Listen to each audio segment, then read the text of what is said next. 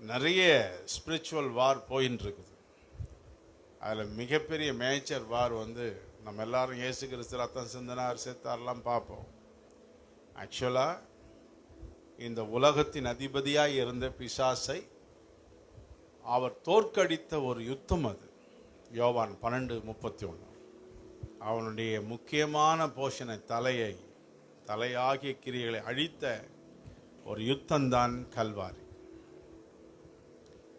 சத்ரு சாத்தான் இதோடு முடிஞ்சு போயிட்டான், தேவ மகன் வந்தான், அவனை அழிச்சிட்டோம், இனி நம்ம ராஜ்யம்தான் என்று எண்ணிக்கொண்டிருந்தான். அவர் சொன்னார், பிதாவே என் ஆவியை உன் கரங்களிலே சொன்ன உடனே ஃபெயிலியர் ஆயிட்டான்.